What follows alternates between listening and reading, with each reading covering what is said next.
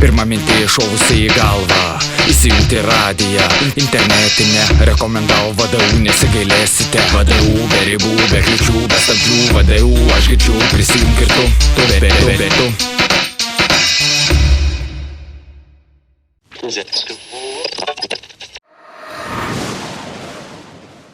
Netemdamas gumos iš karto noriu pasakyti, kad šiandien turime svečią. Svečias gal prisistatys dabar? Esu Granitas, hip-hop muzikos atlikėjas ir muzikos produceris. Sveikas, Oki, sveiki visi klausytojai. Na, ar kaip jautiesi mūsų VDU radijo studijoje? Kol kas puikiai, labai jaukia atmosfera. Džiaugiuosi būdamas čia. Dėkui, aš priimsiu tai kaip komplimentą VDU radijui ir asmeniškai man. Visų pirma, tu pats sakai, kad esi ir reperis, hip-hopo muzikos atlikėjas ir produceris, taip? Nu, taip. O ką tu pirmą pradėjai daryti, ar kurti muziką, ar repuoti? Pirmą lindau prie repo, vėliau pradėjau domėtis muzikos kūrimu ir taip įsibėgėjau. O kodėl būtent repas?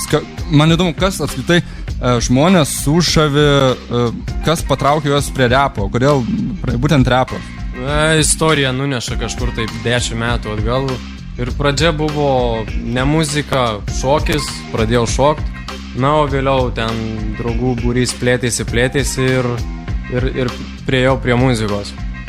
Tai taip ir išėjo. O tu minėjai, kad šokai... Šokau breiką. Būtent breiką? Taip. Dabar viskas aišku, nes dažniausiai breikeriai repuoja, reperiai breikuoja ir taip toliau.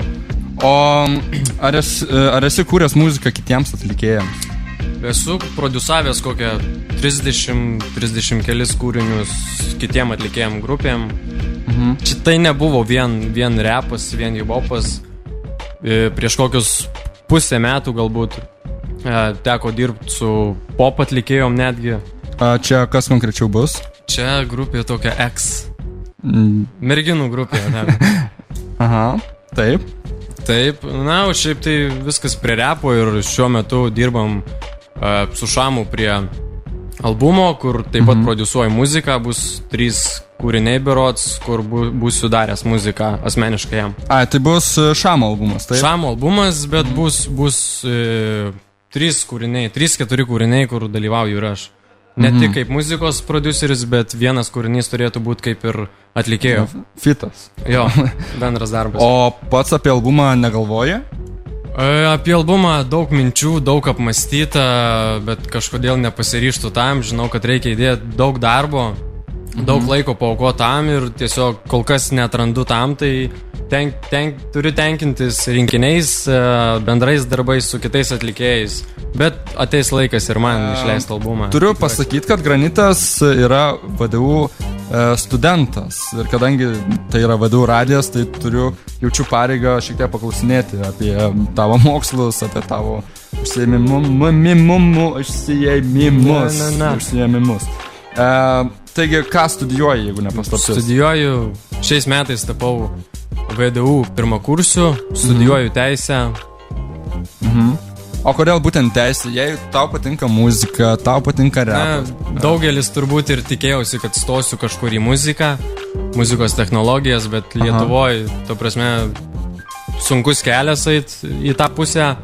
Ir teisė buvo jau turbūt 10 metų brandintas planas, taip tarkim, kurį pavyko įgyvendinti. Ir manai tau išėjai susijęti mokslus su studijom?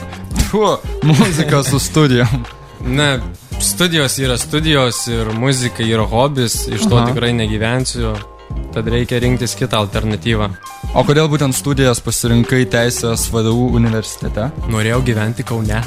Kodėl būtent Kaunas? Kažkaip važinėjau į studiją, yra daug draugų atsiradę, nenorėjau prarasti ryšių. O kalbant vėl grįžtant prie Marijampolės, ar Marijampolėje buvo sąlygos įsirašinėti kažką, ar buvo kokios įrašų studijos?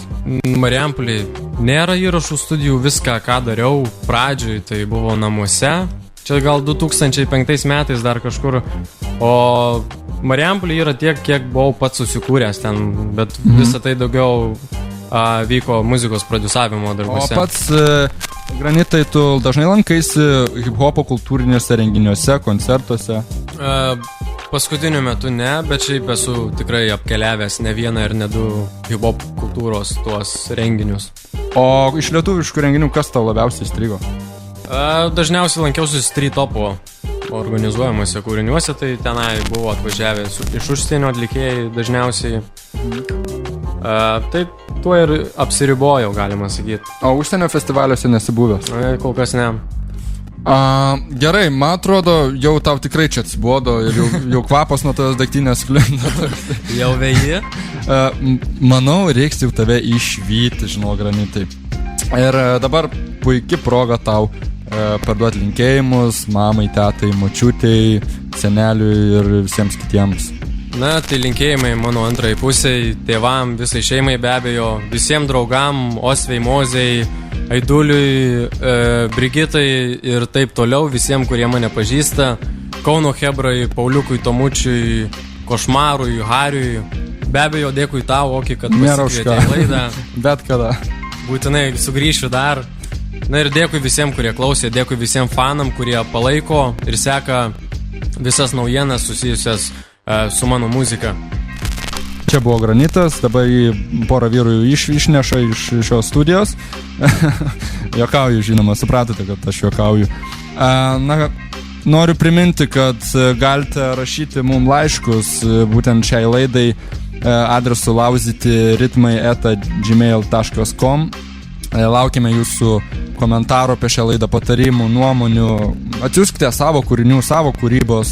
Mielai ją pagrosime. Galbūt jūs norite apsilankyti šioje laidoje, pakalbėti su manim, prašom, bet kada. Tai tiek, klausome muzikos, gero, šilto jums vakaro.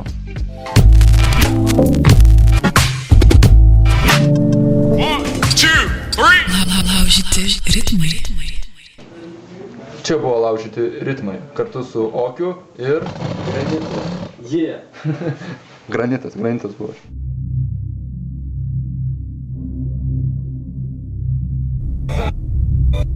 Defin